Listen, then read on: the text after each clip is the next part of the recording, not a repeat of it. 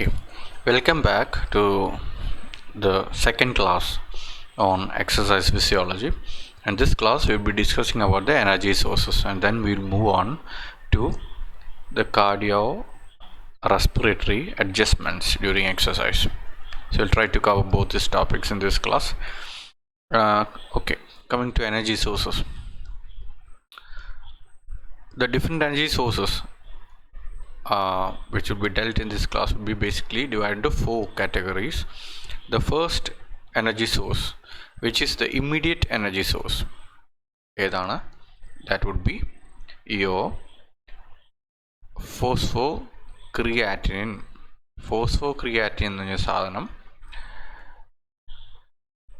അതിലുള്ള high energy phosphate it gets transferred to ADP and it becomes ATP, and ATP can be used as energy source. അപ്പോൾ നമ്മുടെ immediate source of ഏതൊരു വർക്കും ഏതാണെന്ന് ചോദിച്ചാൽ it is adenine triphosphate. ഈ ATP മോളിക്യൂളിൻ്റെ പ്രത്യേകത എന്താണെന്ന് ചോദിച്ചാൽ this is A structure of ATP molecule. ഈ ATPയിൽ 3 ഫോസ്ഫേറ്റ് ഗ്രൂപ്പ്, ട്രൈഫോസ്ഫേറ്റ് എന്ന് പറയുമ്പോൾ വി ഹാവ് 3 ഫോസ്ഫേറ്റ് മോളിക്യൂൾസ് അല്ലേ, 1 2 and 3, and between 2 and 3 ഇവിടെയുള്ള covalent bond, this covalent bond is very strong and this has high amount of energy. എത്രയാണ്? 7 kilocalorie per mole. ഇത്ര energy can be released when you break this bond, this covalent bond. അപ്പോൾ ഈ ഒരു bond break ചെയ്യുമ്പോൾ കിട്ടുന്ന energy കൊണ്ടാണ് ആ energy can be used in different ways. ചിലപ്പോൾ ഒരു ടെമ്പറേച്ചർ ഇൻക്രീസ് ആയിട്ട് അതിനെ യൂസ് ചെയ്യാം, ആ എനർജിക്ക് ഒരു ടെമ്പറേച്ചർ ഹൈക്ക് കൊണ്ടുവരാൻ കഴിയും, അല്ലെങ്കിൽ it can actually make A molecule move. അങ്ങനെ പല രീതിയിലും ഈ എനർജി നമുക്ക് യൂസ് ചെയ്യാൻ കഴിയും. എങ്ങനെ വന്നാലും ഇങ്ങനെയുള്ള ഒരു കോവാലന്റ് ബോണ്ടിന് നമ്മൾ പറയുന്ന പൈറോഫോസ്ഫേറ്റ് ബോണ്ട് എന്നാണ്.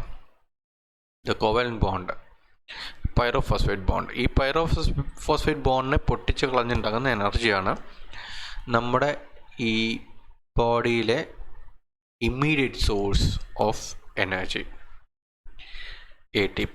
ഈ ATPക്ക് ഫോസ്ഫേറ്റ് ആര് കൊടുക്കുന്നു എന്ന് ചോദിച്ചാൽ ഇമ്മീഡിയറ്റ്ലി നമുക്ക് അങ്ങനെ ഒരു ഓപ്ഷൻ ATPക്ക് ഫോസ്ഫേറ്റ് ഇല്ലാത്ത അവസ്ഥ വന്നു. Suppose all the ATP is depleting down, അങ്ങനെ ഒരു അവസ്ഥ വന്നാൽ then the high energy phosphate compounds like phosphocreatine can donate its phosphate by or through a reaction which is called the creatine phosphokinase reaction. That is the first energy source. രണ്ടാമത് നമുക്ക് എവിടെ നിന്നാണ് energy തരാൻ കഴിയുന്നത്, ആരാണ് നമുക്ക് energy തരുന്നത് എന്ന് ചോദിച്ചാൽ energy can also come from the glycogen. Glycogen രണ്ട് സ്ഥലത്ത് സ്റ്റോർഡ് ആണ്. ഒന്ന് ഇമ്മീഡിയറ്റ് ആയിട്ട് യൂസ് ചെയ്യാനുള്ളത്, it's stored in the muscles, and for long term purposes it's also stored in liver. That can be seen in this diagram. If you see here, this is a Cori cycle. What you have written here is the Cori cycle. ഈ Cori cycle നോക്കിക്കഴിഞ്ഞാൽ നമുക്ക് മനസ്സിലാവും. See glycogen here, this glycogen, ഈ glucose 6 phosphate which is transformed from the glucose in the blood can be stored as glycogen if the glucose or the glycogen 6 phosphate is in excess. അല്ലാത്ത ഗതിയിൽ അത് use ചെയ്ത് പോകും. അപ്പോൾ അങ്ങനെയാണെങ്കിൽ ഈ glycogen is there in the muscles. In the same way we also have a glycogen stored in liver. ഈ രണ്ടും നമുക്ക് മസിലാണെങ്കിൽ around 300 to 400 grams of muscle glycogens would be stored in the muscles maximum possible. അതിനൊരു 1500 kilocalorie can be given. 1500 kilocalories easily available from 300 to 400 grams of muscle glycogen which is stored. അതൊരു second source ആയിട്ട് നമുക്ക് we can use in need. അപ്പോൾ നമ്മൾ മനസ്സിലാക്കേണ്ടത് ATP എന്ന് പറഞ്ഞത് usually ഒരു ഇമ്മീഡിയറ്റ് സോഴ്സ് ഓഫ് എനർജിയാണ്. അപ്പോൾ ബേസിക്കലി അത് എന്തായിരിക്കും ചോദിച്ചാൽ it will be anaerobic, oxygen utilise ചെയ്യാതെ ഉണ്ടാക്കുന്ന എനർജി ആയിട്ട് വേണം അതിനെ കണക്കാക്കാൻ. So that would be anaerobic. Muscle glycogen also basically anaerobic reactions തന്നെയാണ് അതിനും കാരണമാവുന്നത്, പക്ഷേ എയറോബിക്കലിയും അത് സംഭവിക്കാം. ഇതുപോലുള്ള സൈക്കിൾസിൽ as we have learn in biochemistry aerobic cycles ഉണ്ട്, അനറോബിക് സൈക്കിൾസ് ഉണ്ട്. എയറോബിക്കായിട്ടും അനറോബിക്കായിട്ടും സംഭവിക്കാം. Coming to the third source, not actually the third one but another source, അത് നമ്മുടെ ഫ്രീ ഫാറ്റി ആസിഡ്സ് ആണ്. Free fatty acids is actually a big storehouse of energy. മറ്റേത് source എടുത്ത് നോക്കിയാലും അതിനേക്കാൾ കൂടുതൽ ATP പ്രൊവൈഡ് ചെയ്യാൻ കഴിയുന്ന ഒരു സോഴ്സാണ്. അപ്പോൾ ഇത് ATP എങ്ങനെ പ്രൊവൈഡ് ചെയ്യുമെന്ന് ചോദിച്ചാൽ single free fatty acids release 8 acetyl CoA enzyme. അപ്പം single acetyl CoA can release 12 ATP molecules. അപ്പം 12 into 8 comes around 99, അങ്ങനെ എന്തോ ഒരു വാല്യൂ ആണ്, 96. അപ്പോൾ 96 ATP molecules ആണ് a single free fatty acid can provide, and this will contribute to 50% of the total fuel to the muscles when only if it is in the case of prolonged exercise. എന്നുവെച്ചാൽ immediate sources എല്ലാം വറ്റി, പെട്ടെന്ന് കിട്ടാനുള്ള ATP എല്ലാം വറ്റി, creatine phosphate വറ്റി. അപ്പോൾ when the creatine phosphate is completely utilized, then the body will move for the muscle glycogen as the second source for providing energy. ഒരു തേർഡ് സോഴ്സ് എന്ന രീതിയിൽ നമുക്ക് ഫ്രീ ഫാറ്റി ആസിഡ്സിനെ യൂസ് ചെയ്യും. ഇത്രയാണ് നമ്മുടെ എനറോബിക് സോഴ്സസ് ആയിട്ട് വരുന്നത് എങ്കിൽ the next source would be our own glucose, അല്ലേ? the same glucose can actually be another source. ഈ ഗ്ലൂക്കോസ് എങ്ങനെയാണ് സോഴ്സ് ആണെന്ന് ചോദിച്ചാൽ again we learn the Cori cycle. In Cori cycle ഈ glucose can directly enter the muscles, and there you can initiate the pathways which are responsible for production of blood lactate as a byproduct. ഇവിടെ നമുക്ക് energy ATP can be produced. The ATP can be used by the muscles. The lactate which is formed can re-enter into the liver and can be reused or recycled as glucose till the glucose sources are depleted. അതുവരെ നമുക്ക് use ചെയ്യാം. And this lactate ഒരു anaerobic റിയാക്ഷൻ്റെ ഫലമാണ്. അതുകൊണ്ട് തന്നെ ഈ lactate എന്തായിരിക്കും, this can cause pain for the muscles and all, as I explained in my previous class. എപ്പോഴെങ്കിലും ഗ്ലൂക്കോസ് സ്റ്റോർ എക്സസ് ആണെങ്കിൽ it can be relocated and stored as glycogen in both muscles and liver. But this is how the cycle of glucose goes, which is called the Cori cycle. And to summarize all these in an order, in a sequential order, നമ്മുടെ ATP ആണ് നമ്മുടെ എല്ലാത്തിനും final source എന്ന് പറഞ്ഞാൽ ATP ആണ്. The initial source sudden onset ആണെങ്കിൽ it is ഫോസ്ഫോക്രിയാറ്റിൻ. Creatine കഴിഞ്ഞാൽ പിന്നെ വരുന്ന സോഴ്സ് എന്ന് പറഞ്ഞാൽ glycogen stored in muscles ആണ്. The first the muscles will be utilized and then the liver will be utilized. Even lactate which is accumulated in the blood can be utilized as part of Cori cycle, which comes in glucose. അങ്ങനെയാണ് വരുന്നത്. And finally when the exercise is reaching a steady state, അതായത് ഒരു athlete ഒരുപാട് കാലം exercise ചെയ്തു, after a long time he has reach a steady state of exercise, or a person has started exercise, he has depleted all the energy sources, everything is depleted and still he is doing exercise എന്ന് വിചാരിക്കുക. Supposing that this person who is doing exercise is a trained individual, അങ്ങനെയാണെങ്കിൽ for such a person oxidation of glucose released from the muscle and liver glycogen accounts for the first 50% of the energy, and the rest 50% comes from the oxidation of free fatty acids. So this is the summary of the different energy sources in our body. We have said that now it's time for us to study your exam topic. എക്സാമിന് ഷുവറായിട്ടും question വരുന്ന ഒരു topic ഉണ്ട്. That topic is physiological adjustments. Basically എവിടെയായിരിക്കും നിങ്ങൾക്ക് exam ചോദിക്കുന്ന ഏതൊക്കെ ടോപ്പിക്കാണ് എന്ന് വെച്ചാൽ കാർഡിയോവാസ്കുലാർ ആൻഡ് റെസ്പിറേറ്ററി, ഇത് രണ്ടാണ് മെയിനായിട്ട് ചോദിക്കുക. അതല്ലാതെ ഓക്സിജൻ അപ്ടേക്കിലെ changes you also have to know the changes which take place at the tissue level, the tissue level. The tissue level changes and the oxygen uptake. So now we will first start with which one will you learn first? This was the same doubt which I asked my professor when I was about to present this topic at a conference. നമ്മൾ ഇതൊരു കോൺഫറൻസിൽ present ചെയ്തപ്പം ഒരു exercise ഫിസിയോളജിയുടെ കോൺഫറൻസിൽ I was presenting this topic and I had prepared in such a way that I first was talking about oxygen uptake, and then I talked about respiratory changes, then cardiovascular changes, then tissue changes. But my ma'am told me that you should present cardiovascular first. I asked her why, and she told that it's because the rate limiting step is a cardiac component. That's what she told me. The rate limiting step is a cardiac component. അതുകൊണ്ട് cardiovascular ആണ് ആദ്യം present ചെയ്യുന്നത്. No matter what happens to any other things that you are presenting, the rate limiting step is a cardiovascular component. So that's why I'm starting with the cardiovascular adjustments or changes that occur during exercise. These are the different headings under which we would be explaining this topic. ഏതൊക്കെയാണ് headings എന്ന് ചോദിച്ചാൽ, first heading എന്ന് പറഞ്ഞാൽ നമ്മുടെ cardiac ഔട്ട്പുട്ടാണ്. Then skeletal muscle blood, അതിനെപ്പറ്റി പറയണം, the blood in the skeletal muscle. Then we will be talking about the redistribution of blood flow, and then we will talk about the changes in blood pressure. Okay, so coming to the cardiac output. അപ്പോൾ എന്താണ് basically cardiovascular ചേഞ്ചസിൻ്റെ എല്ലാത്തിൻ്റെ aim എന്താണെന്ന് ചോദിച്ചാൽ to supply oxygen അല്ലേ, അതിന് വേണ്ടിയിട്ടാണ്. The supply adequate oxygen to exercising muscles, ഇതാണ് നമ്മുടെ എയിം. സോ ആ എയിം എത്തിക്കാൻ വേണ്ടിയിട്ടുള്ള ചേഞ്ചസ് ആണ് ഓരോ കോമ്പണൻസും. അതിൽ നമ്മൾ ആദ്യം കാർഡിയക് ഔട്ട്പുട്ടാണ് പഠിക്കുന്നത്. സോ കാർഡിയക് ഔട്ട്പുട്ടിൽ നമ്മൾ പറയുന്ന കാര്യങ്ങൾ ഇതാണ്.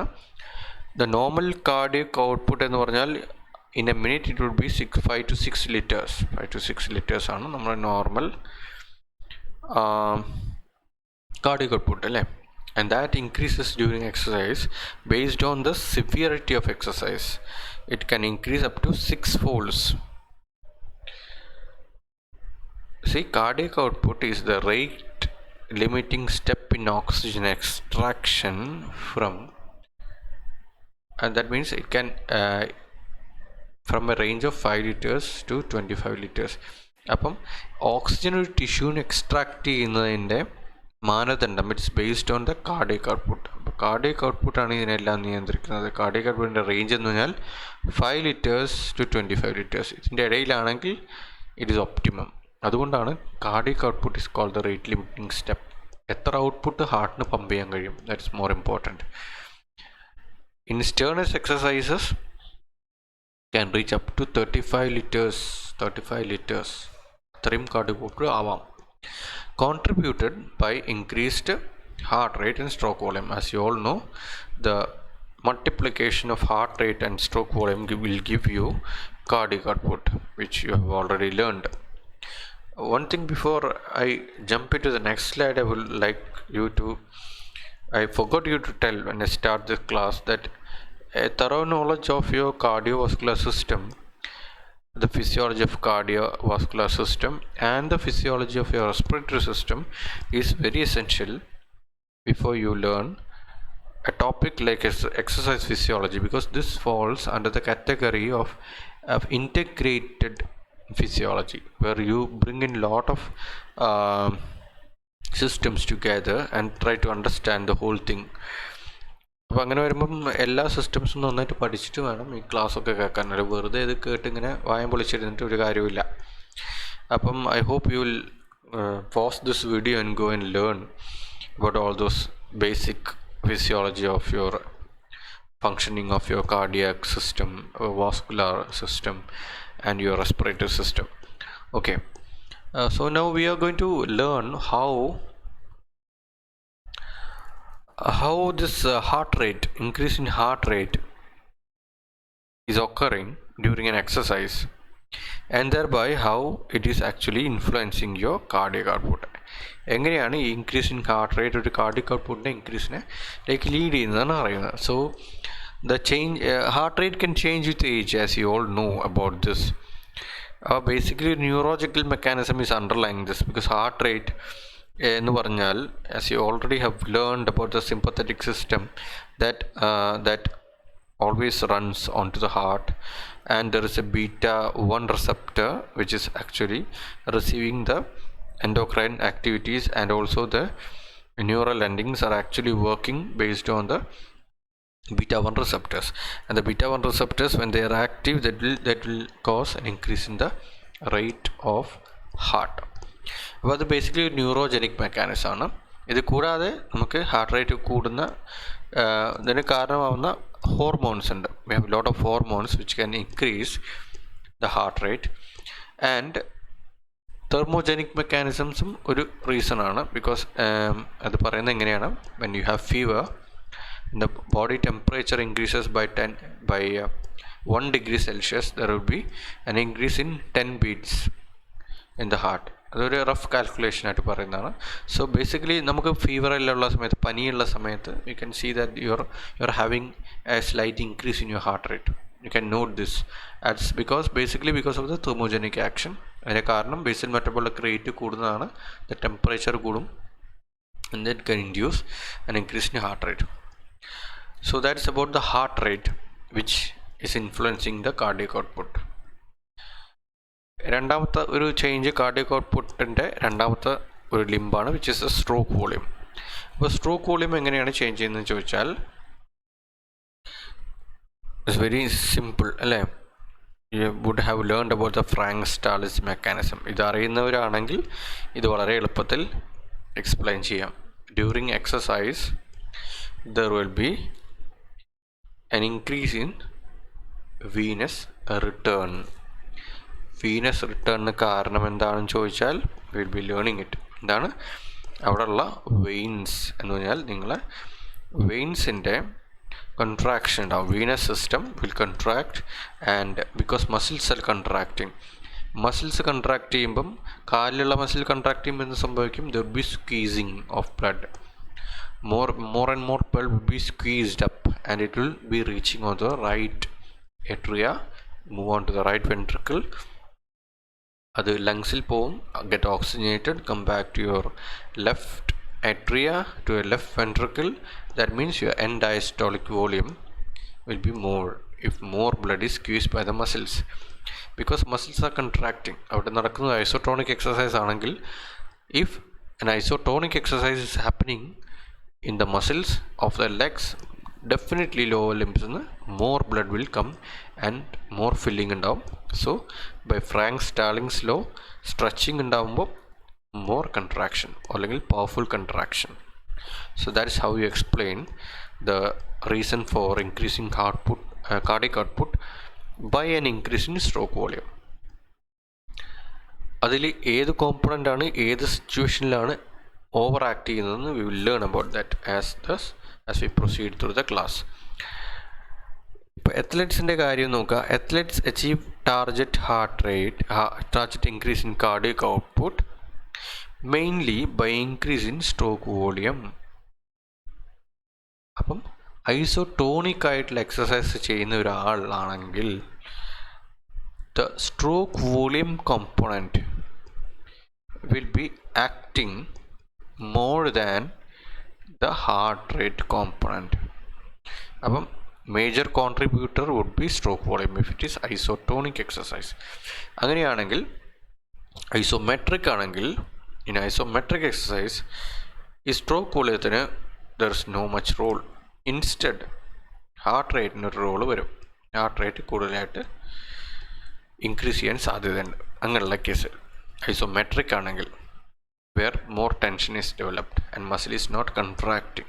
സോ ബേസിക്കലി എന്തുകൊണ്ടാണ് why in isometric exercise stroke volume does not increase? Because muscle is not having the squeezing effect. Muscle tonically contracted ആയിട്ടിരിക്കുകയാണ്, ടെൻഷൻ ബിൽഡ് ചെയ്തിരിക്കുകയാണ്. അതിൻ്റെ ഉള്ളിലുള്ള വെസൽസ്, വീനസ് സിസ്റ്റത്തിന് സംഭവിക്കുന്നത് കംപ്രഷൻ ആയിരിക്കും. there will be compression. So basically end diastolic volume കൂടാൻ ഒരു വഴിയുമില്ല. there will be no way that the diastolic volume will increase because the veins will be compressed, അല്ലേ, ചതഞ്ഞരഞ്ഞിരിക്കുന്നത്. അപ്പം അത് ഇങ്ങനെ ഐസോട്രോണിക് ആണെങ്കിൽ ഇങ്ങനെ ഉണ്ടാവും. So like a squeezing effect വന്നിട്ട് the blood can go into the heart. ഇവിടെ അത് ഉണ്ടാവില്ല. So that is why you say that stroke വോളിയത്തിൻ്റെ component is very less in isometric exercise. So being understood that, now we'll go to that second component. ഏതാണ് നമ്മുടെ second component? ഏതാണ്? The skeletal muscle blood എന്ന് പറയുന്നത്, അല്ലെങ്കിൽ blood flow. The skeletal muscle blood flow. അപ്പോൾ skeletal മസിൽസിലേക്ക് നമുക്ക് എന്താണ് ഉണ്ടാവേണ്ടതെന്ന് വെച്ചാൽ there should be an increase in blood flow, അല്ലേ? ഈ ഇൻക്രീസ് ഇൻ ബ്ലഡ് ഫ്ലോ എങ്ങനെയൊക്കെ ഉണ്ടാവാം? ഇൻക്രീസ് ഇൻ ബ്ലഡ് ഫ്ലോ ഉണ്ടാവണമെങ്കിൽ at rest the blood flow is എത്രയാണ്? Just 2 to 4 ml per 100 gram tissue. അത് ഇവിടെ 20 fold ആണ് അവിടെ ഇൻക്രീസ് വരുന്നത്. 20 fold ഇൻക്രീസ് ആണ് മസിൽ ബ്ലഡ് ഫ്ലോ. അത് സംഭവിക്കുന്നത് എങ്ങനെ ചോദിച്ചാൽ the mechanism is, this is very important, arteriolar dilatation. The arterioles dilate and capillaries open up. New capillaries open up. ഇതേ നമ്മൾ എന്താ പറയുക? Recruitment of capillaries. We call this opening of new capillaries as recruitment of new capillaries. ഈ ആർട്ടീരിയോൾസിന് എന്താ പറയുക? They are the resistance vessels. അത് smooth muscles ഉള്ള വീനസ് ബ്ലഡ് സിസ്റ്റമാണ്, വെച്ചാൽ വെസൽ സിസ്റ്റമാണ് arterioles. So they are called resistance vessels. They can contract and cause resistance, so they are called resistance vessels. What about capillaries? They are called exchange vessels. I hope you all know this. ഇനി എങ്ങനെയാണ് arterioles അല്ലെങ്കിൽ arterioles എങ്ങനെയാണ് dilate ചെയ്യുന്നത്? ഇപ്പോൾ നമുക്ക് രണ്ട് mechanisms വേണമെങ്കിൽ നമുക്ക് പറയാം. എന്തൊക്കെയാണ് mechanisms? You have to find it of your own. രണ്ട് മെക്കാനിസംസ് ഉണ്ട്. It's all given in your text books. നമുക്ക് ഒന്ന് മെറ്റബോളിക്കാണ്.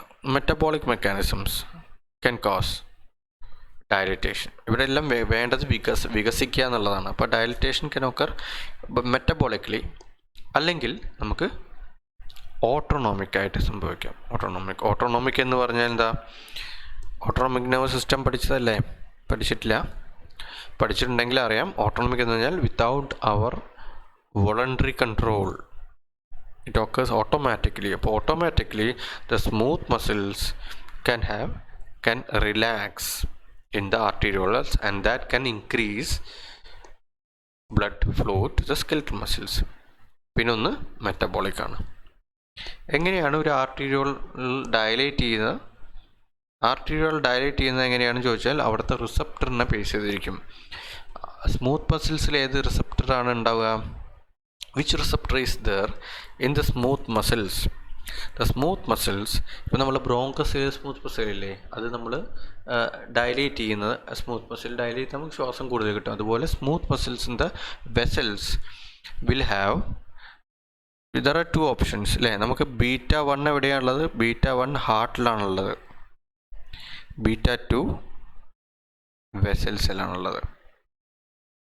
β1 ആക്ടിവേറ്റ് ചെയ്താൽ heart rate increase, heart rate ഉണ്ടാവും. അതിവിടെ പറയേണ്ടതല്ല, ദിസ് നോട്ട് ഹിയർ.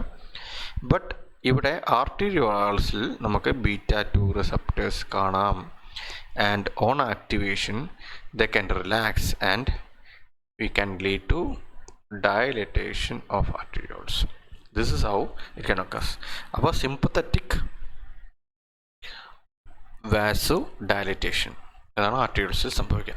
നമുക്കിതുപോലെ തന്നെ മെറ്റബോളിക് സംഭവങ്ങളുണ്ട്. മെറ്റബോളിക് ആയിട്ടുള്ള ഒരുപാട് മെറ്റബോളിക് ആയിട്ടുള്ള കോമ്പൗണ്ട്സ് ഉണ്ട് which are responsible for dilatation. ഇപ്പം hypoxia, increased temperature, increased hydrogen ions, all these things. When a tissue is under hypoxia, when the tissue is not getting enough oxygen, the tissue can release lot of metabolic factors. അതൊക്കെ chemicals ആണ്. You will learn about all these things when you might have learned about all these things. അപ്പോൾ ഇതുപോലുള്ള metabolic factors, ഇപ്പോൾ adenosine for example ഒരു metabolic ഫാക്ടറാണ് which is release from a hypoxic tissue. And this while released can actually cause dilatation of arterioles. അപ്പോൾ ഇങ്ങനെയുള്ള dilatation which is metabolically possible and autonomically possible. ഇത് രണ്ട് methods broadly ഈ methods വഴിയാണ് there is an increase in muscle blood flow to your skeletal muscle. Now coming to third topic. Third എന്താ നമ്മൾ പഠിച്ചത്? Third പഠിച്ചത് redistribution of blood flow. Redistribution of blood flow എന്താണ്? Redistribution എന്ന് പറഞ്ഞാൽ നമ്മൾ കാര്യമായിട്ടൊരു പട്ടിയെ കണ്ട് ഓടുന്ന സമയത്ത് നമുക്ക് ഈ പട്ടിയിൽ നിന്ന് രക്ഷപ്പെടാൻ നമ്മുടെ ആവശ്യമുള്ള മസിലുകൾക്ക് പ്രവർത്തനത്തിന് മസിലുകളിലേക്കുള്ള ബ്ലഡ് ഫ്ലോ കൂട്ടുകയും ആവശ്യമില്ലാത്ത വിസറൽ ഓർഗൻസ്, ഇപ്പം കിഡ്നിയിലേക്കുള്ള ബ്ലഡ്, അതുപോലെ നമ്മുടെ ആമാശയത്തിലേക്കുള്ള നമ്മുടെ സ്റ്റൊമക്കിലേക്കുള്ള blood, the blood to the stomach to the visceral organs has to be reduced and there should be more blood flowing to the skeletal muscle. So അതുപോലുള്ള redistribution, that's called redistribution of blood flow. അപ്പോൾ അതെങ്ങനെയാണ് possible ആവുന്നതാണ് we are going to see. So what you see here is ഈ star ചെയ്ത് രണ്ടെണ്ണം നോക്കിയാൽ മതി. Just see the starred ones. The active skeletal muscle will have a blood supply at resting which is 650 which goes to 20,850. ഇത്രയും കൂടുതലാവും, ഇത്രയും ബ്ലഡാണ് നമുക്ക് കൂടുന്നത്. അതേസമയത്ത് see a cutting down of blood supply here. You can see there is a cutting down of blood supply from the inactive muscles. Inactive ആവശ്യമില്ലാത്ത skeletal muscle.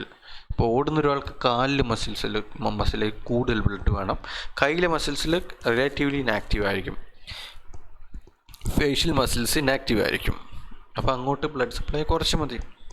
അപ്പോൾ അങ്ങനെ കൂട്ടിയും കുറച്ചും ഹരിച്ചും ഗുണിച്ചും ബോഡി തന്നെ ഓട്ടോണോമിക്കലി ഈ അഡ്ജസ്റ്റ്മെൻറ്റ്സ് നടത്തുന്നു എന്നുള്ളതാണ് സത്യം. അപ്പോൾ ഇത് ബോഡീൻ്റെ ഉള്ളിൽ എന്തോ ചൈതന്യം നിറഞ്ഞു നിൽക്കുന്നതുകൊണ്ട് ബോഡിക്ക് ഭയങ്കര ദൈവികമായ അങ്ങനെയൊന്നും സംഭവിക്കുന്നതല്ല. അതാണ് ഇതിൻ്റെ അത്ഭുതം. ഇത് നമ്മൾ ദൈവത്തിൻ്റെ തലയിലിട്ട് കഴിഞ്ഞാൽ ഇത് പഠിക്കാൻ ഒരു രസം ഉണ്ടാവില്ല. അപ്പോൾ ഇത് നടക്കുന്ന ഇത് അത്രയും ഒരു ഇൻറ്റഗ്രേറ്റഡ് സിസ്റ്റമാണ് നമ്മുടെ ബോഡി എന്നാണ് കാണിക്കുന്നത്. ഇതിൻ്റെയൊക്കെ പ്രധാന പങ്ക് വഹിക്കുന്നത് ആ particular cell which requires oxygen. ഏത് സെല്ലിനാണ് ഓക്സിജൻ റിക്വയർമെൻറ്റ് എന്നതിനെ ബേസ് ചെയ്തിട്ടാണ് കംപ്ലീറ്റ് മാറ്റങ്ങൾ ബോഡിയിൽ വരുന്നത്. Everything changes. അത് അത്രയും ഡീപ്പായിട്ടാണ് നമ്മൾ ഇത് പഠിക്കുന്നതെന്ന് മനസ്സിലാക്കുക. സോ എങ്ങനെയാണ് ഈ റീഡിസ്ട്രിബ്യൂഷൻ സംഭവിക്കുന്നത്? അപ്പോൾ നമ്മൾ റീഡിസ്ട്രിബ്യൂഷൻ പറയുമ്പോൾ നമ്മളതിനെ 3ആയിട്ട് ഡിവൈഡ് ചെയ്യാം. നമുക്ക് ബേസിക്കലി വിസറൽ ആൻഡ് ക്യൂട്ടേനിയസ് ഇങ്ങനെ നമുക്കൊരു ഗ്രൂപ്പായിട്ട് മാറ്റാം. Visceral and cutaneous. ഈ വിസറൽ ആൻഡ് ക്യൂട്ടേനിയസിനെ ഒരു ഗ്രൂപ്പാക്കാൻ കാരണം ഇവിടെ രണ്ട് സ്ഥലത്തേക്കും നമുക്ക് ഡിക്രീസ്ഡ് ബ്ലഡ് ഫ്ലോ മതി. We have to decrease the blood flow to the visceral and cutaneous. As you've seen here, the visceral areas like kidney, liver, gastrointestinal tract have less. അതുപോലെ തന്നെയാണ് നമ്മുടെ സ്കിന്നിൽ നമ്മൾ ആക്ച്വലി ബ്ലഡ് കുറവ് മതി ആ സമയത്ത്. പക്ഷെ നിങ്ങളിത് കണ്ട് അത്ഭുതപ്പെടേണ്ട, ബ്ലഡ് ഇവിടെ സെയിം ആണ് കാണിക്കുന്നത്. ക്വയറ്റ് സ്റ്റാൻഡിങ്ങിൽ എക്സസൈസ് അതെന്തുകൊണ്ടാണെന്ന് പറഞ്ഞുതരാം.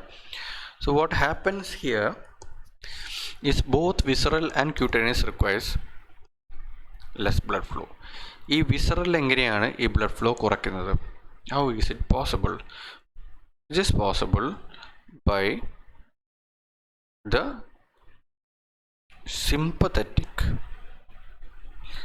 sympathetic cholinergic mechanisms which act on the veins, generally vesselsile sympathetic cholinergic vasoconstriction ആണ് സംഭവിക്കുന്നത്.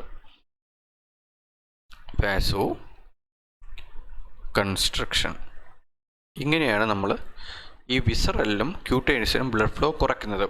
പക്ഷേ there is a small problem with this cutaneous blood supply. What is the small catch?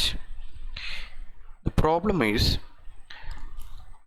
the body temperature, which is going to increase when the exercise continues for some small period of time. കുറച്ച് സമയം when we start exercising, the body temperature will increase. അങ്ങനെ വന്നാൽ എന്താ സംഭവിക്കുക? അങ്ങനെ വന്നാൽ ബോഡിയിൽ നിന്ന് the heat has to be dissipated off, അല്ലെങ്കിൽ ബോഡി ടെമ്പറേച്ചർ ഇൻക്രീസ് ചെയ്യും. ഈ ബോഡിയിൽ എപ്പോൾ ടെമ്പറേച്ചർ ഇൻക്രീസ് ചെയ്താലും, as you learned in hypothalamus, നമ്മുടെ ഹൈപ്പോതലാമസിലെ ഈ ടെമ്പറേച്ചർ സെൻസർ ഒരു ഭയങ്കര പ്രശ്നക്കാരനാണ്.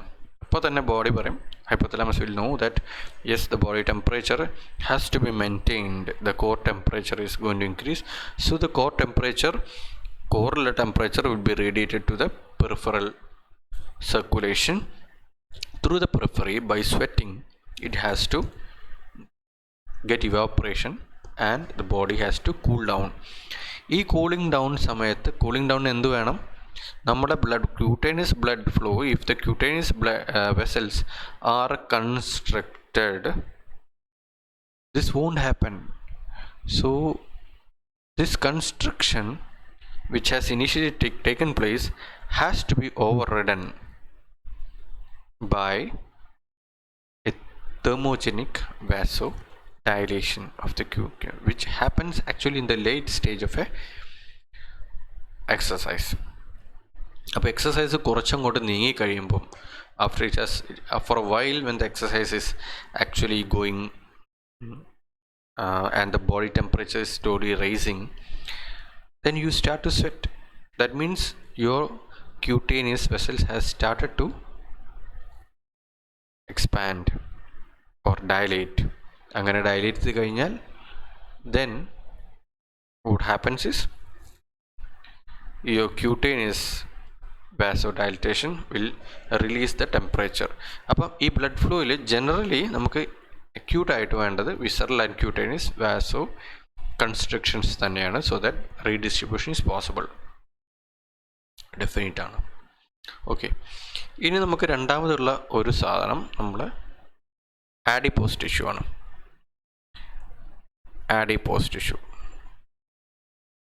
ആഡിപ്പോസ് ടിഷ്യൂവിലും നമുക്ക് എന്തുണ്ട്?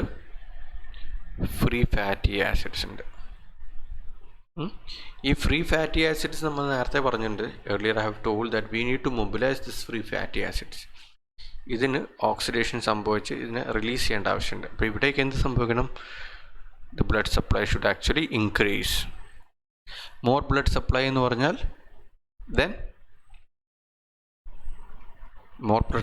പറഞ്ഞാൽ then the fat can be oxidized and energy can be utilized. And then നമുക്ക് പിന്നെ ഉള്ളത് രണ്ട് പ്രധാനപ്പെട്ട അവയവങ്ങളാണ്. ഒന്ന് നമ്മൾ coronary circulation and the cerebral circulation.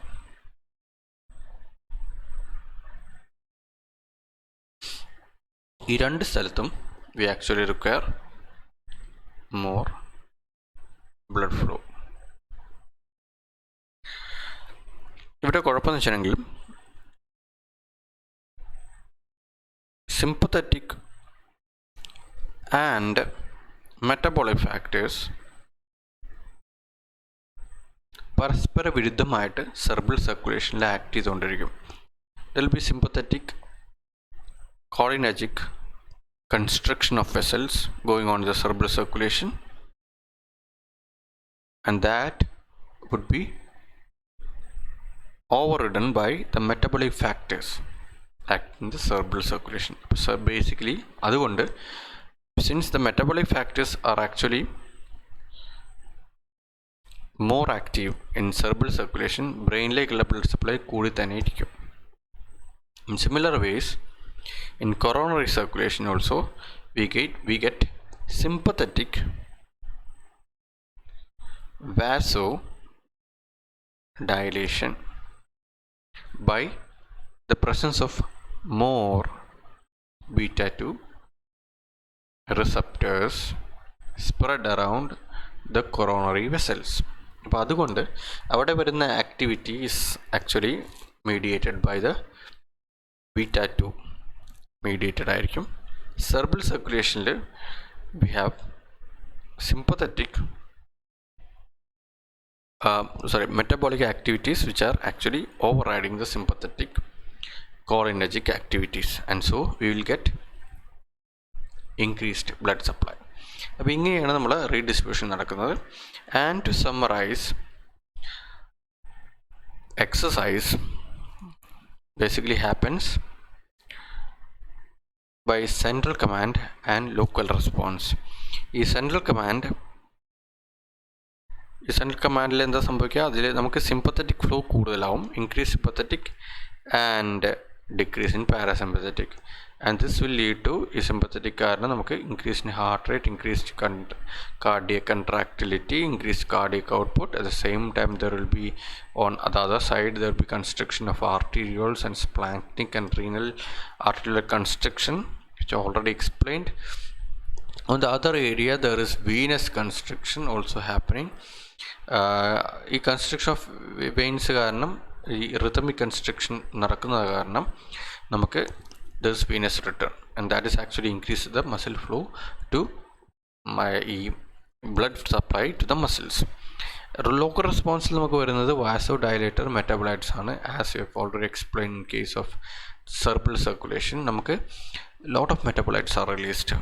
ഒരു ഹൈപ്പോക്സിയ കാണുമ്പോൾ നമുക്ക് മെറ്റബോളിക് ഫാക്ടേഴ്സ് കാരണം വാസോഡയലിറ്റേഷൻ ഉണ്ടാവും, and this is very powerful to override all the resistance vessels. എല്ലാ റെസിസ്റ്റൻസ് വെസൽസിനെയും നമുക്ക് ഓവർറൈഡ് ചെയ്യാൻ കഴിയും. അങ്ങനെ നമുക്ക് ഈവൻ സ്കെൽറ്റൽ മസിൽസിനും നമുക്ക് we can bring about a decreased TRP. TRP എന്ന് വെച്ചാൽ total peripheral resistance, and that can increase blood flow to skeletal muscles. ഇതൊരു ജനറൽ ആയിട്ട് നമ്മൾ സ്കെൽറ്റൽ ബ്ലഡ് ഫ്ലോ കൂടുന്നതിൻ്റെ ഒരു മെക്കാനിസം കാണിച്ചു, അത്രയേ ഉള്ളൂ. യെസ്, ബീങ് സെഡ് ദാറ്റ്, ഇനി നമ്മൾ പഠിക്കുന്നത് the systemic vascular changes that occur in isometric exercise. ഇതുവരെ നമ്മൾ പറഞ്ഞത്, what we have told till now were more pertaining to isotonic exercises and the adjustments that occur. ഈ isometric there is a slight difference. In isometric exercise, a psychic stimulus on the medulla is one of the major neurological factor which is responsible even before the starting of exercise. ഇതിനൊരു വലിയൊരു പങ്ക് ഐസോമെട്രിക്കിലുണ്ട്. And we can also see that the heart rate increases largely, which I have already explained, and the reason is the decrease in vagal tone. ഈ heart rate increase ചെയ്യുന്നു, and there is less role for the stroke volume. നമ്മൾ നേരത്തെ പറഞ്ഞാണ് little role for stroke volume. And both the systolic and diastolic pressure rises sharply. Diastolic sharp rise ഉണ്ടാവാനുള്ള കാരണം എന്താണെന്ന് നമ്മൾ in the next slide we will discuss. The blood flow to the contracting muscles is reduced. അപ്പോൾ എന്താണ് actually സംഭവിക്കുന്നത് ചോദിച്ചാൽ,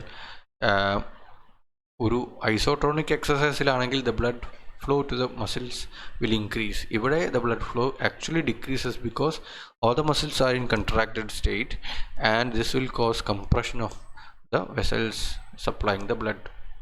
അപ്പോൾ നമ്മുടെ എത്ര മെറ്റബോളിക് ആക്ടിവിറ്റി കാരണം ഒരു ഡയലിറ്റേഷൻ ഉണ്ടായാലും, since there is an opposition from outside, if this is the blood vessel and the blood is running here we have a big muscle here and a muscle here, the muscle will push. Since they are tonically contracted, they will actually make the vessel go like this. They will actually squeeze the muscle. അപ്പോൾ ഈ ഒരു squeeze നടക്കുമ്പം there is no blood supply. That's what it means. Okay, coming to the systemic circulatory changes, if you compare with isotonic and isometric, what happens to each ആണ് നമ്മൾ പറയാൻ പോകുന്നത്. What happens to heart rate is, heart rate increases in both. നമ്മൾ നേരത്തെ പറഞ്ഞാണ്, but predominantly കൂടുതലും ഐസോമെട്രിക്കിലാണ് കാണുന്നത്. എനിവേ സിമ്പത്തറ്റിക് ആക്ടിവിറ്റി ഉള്ളതുകൊണ്ട് we will see in both isometric and isotonic exercises. Systolic B പിയുടെ കാര്യം പറയുകയാണെങ്കിൽ, systolic B P will increase in both cases.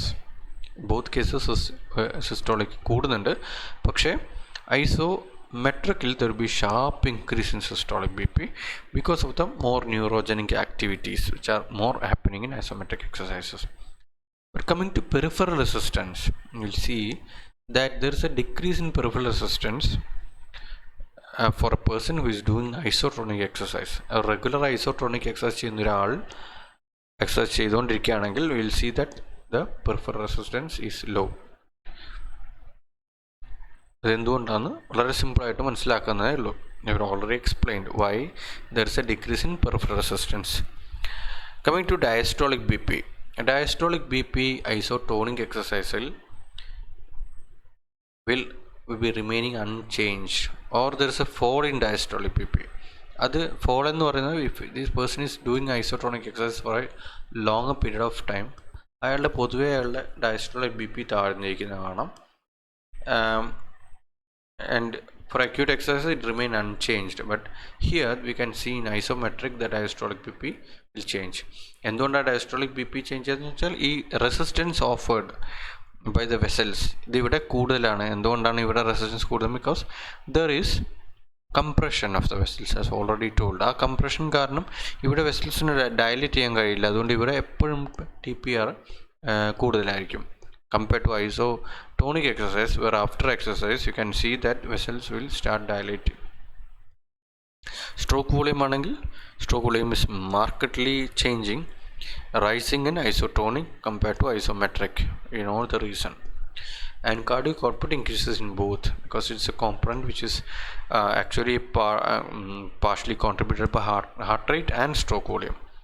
Partly by heart rate and stroke volume ആയതുകൊണ്ട് രണ്ടിൻ്റെയും increase നമുക്ക് രണ്ടിടത്തും കാണാൻ കഴിയും. Only the proportion is different. So that is the BP changes. So that finishes your cardiovascular adjustments